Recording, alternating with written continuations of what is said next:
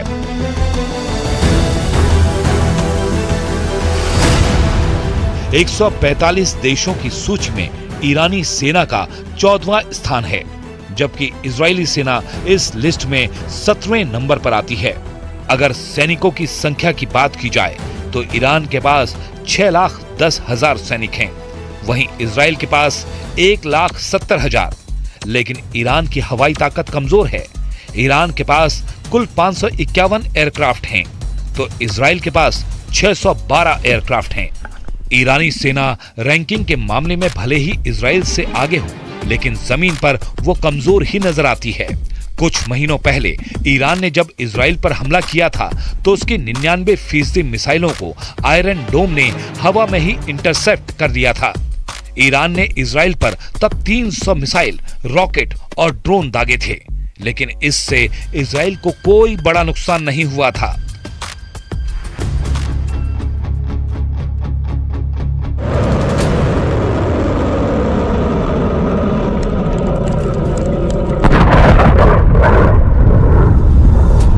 अब ऐसी हालत में पुतिन ने जिस तरह से ईरान का साथ देने का ऐलान कर दिया है, उससे अमेरिका और इजराइल को जबरदस्त झटका लगा है, क्योंकि खबर यह भी है कि ईरान अपने दम पर परमाणु हमला करने की क्षमता हासिल कर चुका है।